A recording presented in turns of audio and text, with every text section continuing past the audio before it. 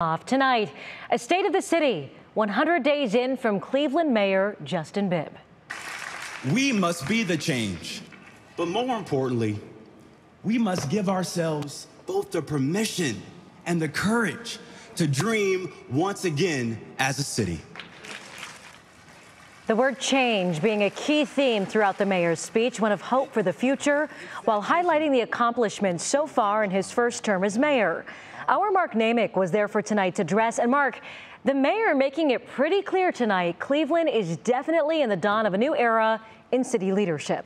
Yeah, good evening, Laura. Absolutely. The first new mayor in 16 years, Bibb campaigned on the promise to increase the pace of change in the city and modernize City Hall. And he tried to show that tonight that is exactly what he's been doing. We said that Cleveland can't wait, and we meant it. Cleveland, the wait for change is over.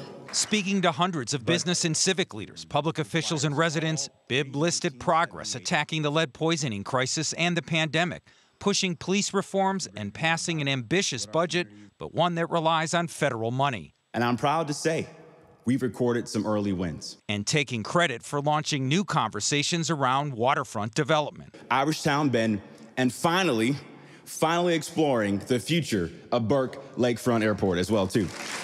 He said safety remains his top priority and noted how his tenure has been shaped by the death of police officer Shane Bartek, who was killed during a carjacking 48 hours before Bibb took office. In that moment, everything else fell away for me. In that moment, I had one job: show up with empathy for a family in shock, stand together with officers who had just lost a brother, and speak up for our community. I think about Officer Bartek and his family every single day. Bibb acknowledged his missteps, including the city's poor response to the Martin Luther King snowstorm. 15 inches of snow fell overnight. We learned that the hard way that our policies were outdated, that our people didn't have enough equipment, and our processes were incomplete.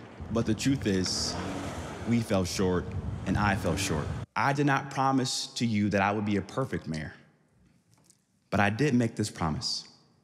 I promised you that I would give you my best every single day. There was a big part of his speech left out tonight, his oversight of the schools. Bibb didn't talk about it or even mention schools chief Eric Gordon. And as someone who's covered these speeches for 20 years, it was unusual. Now, I asked Bibb after the speech what his plans are for the schools and why it was left out. He said his team is still analyzing the schools and will talk more about the plan soon.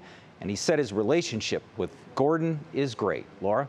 All right, Mark, thanks for covering that tonight. We appreciate it.